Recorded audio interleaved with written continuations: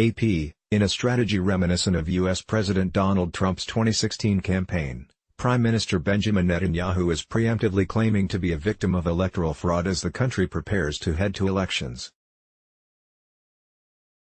In a Facebook video Sunday, Netanyahu accused his opponents of conspiring to steal the election.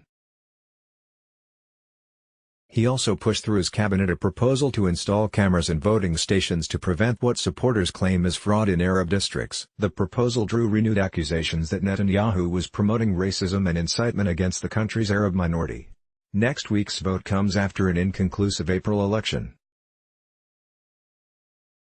While it is unclear whether the right-wing Israeli leader will be able to get his camera proposal through parliament in time for the do-over September 17 election, the issue has nonetheless galvanized his supporters, as he fights for his survival in a tight race clouded by a host of corruption charges against him. Get the Times of Israel's daily edition by email and never miss our top stories free sign-up. But critics accused him of diverting attention from a flawed campaign, undermining the country's democratic institutions, and potentially setting the stage for a Trump-like rejection of the results if he loses. A worker hangs an election campaign billboard of the Likud party showing Prime Minister Benjamin Netanyahu, right, and U.S. President Donald Trump in Tel Aviv, Israel on September 8, 2019. Hebrew on billboard reads Netanyahu, in another league. AP/Oded Balalti, he is preparing the ground for the day when he can say, the Arabs are stealing the election. Ayman Odeh, leader of parliament's main Arab faction, the Joint List wrote on Twitter on Sunday. And if he loses, to appeal the results.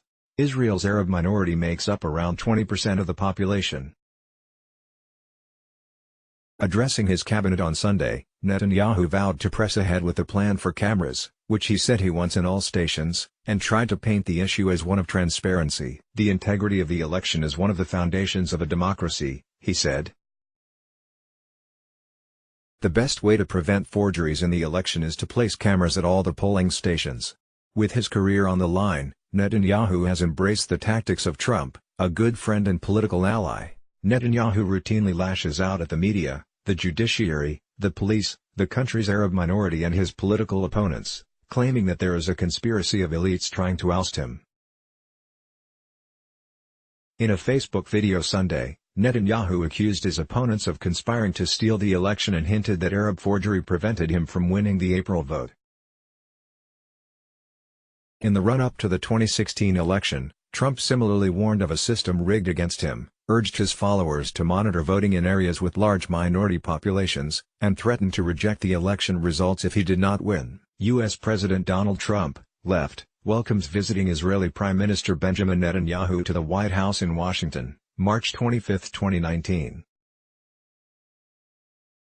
Manuel Valls Senator AP, Netanyahu's camera proposal has a controversial and dubious past. During the April election, Netanyahu's hardline Likud party sent out campaign workers to videotape Arab voters entering polling stations, claiming they were preventing fraud.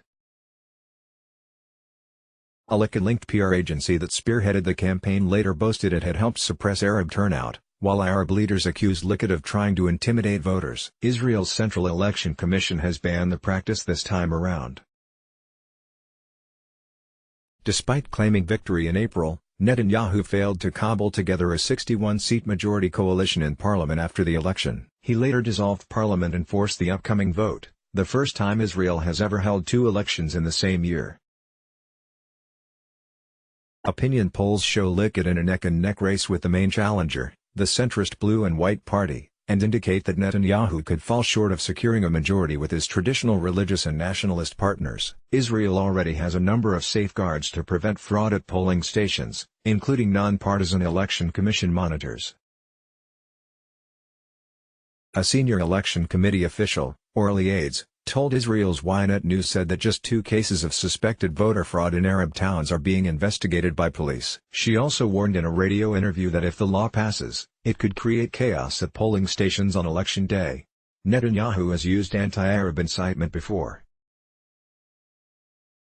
In the April election, he tried to portray Arab lawmakers as a threat to national security, and in the current campaign, he has claimed his centrist opponents are conspiring with Arab politicians to topple him. In 2015, Netanyahu famously warned that Arab voters were voting in droves, as he implored his supporters to vote. Netanyahu later apologized. U.S. President Donald Trump smiles at Israeli Prime Minister Benjamin Netanyahu, right, after signing a proclamation formally recognizing Israel's sovereignty over the Golan Heights, in the diplomatic reception room at the White House, in Washington, D.C., on March 25, 2019. AP/Susan Walsh, on Sunday, Netanyahu's hand-picked Attorney General, Avichai Mendelblit, made a rare appearance before the cabinet to argue against the plan. The cabinet went ahead and voted unanimously in favor of Netanyahu's proposal. Following Sunday's cabinet vote, the Likud was trying to organize an emergency session of parliament to push through the legislation, a process that can normally take months or years. President Reuven Rivlin, who holds a position meant to serve as a moral compass above politics, said the proposal risked causing damage to Israeli democratic institutions and public servants. Stav Shafir, an Israeli politician running with the leftist Democratic Union, accused Netanyahu of chipping away at democracy with his repeated attacks on opponents and institutions. If he thought the elections were done in an unclean way, he had 10 years to fix that, she said. When you do it a week before elections, what you want to create is chaos. Tela Schwartz-Altshuler, a senior fellow at the Israel Democracy Institute, a nonpartisan Jerusalem think tank, said Netanyahu's strategy targeted various layers of society. First, she said it is a way to divert attention from more damaging issues, such as the corruption cases and continuing unrest along Israel's border with the Gaza Strip.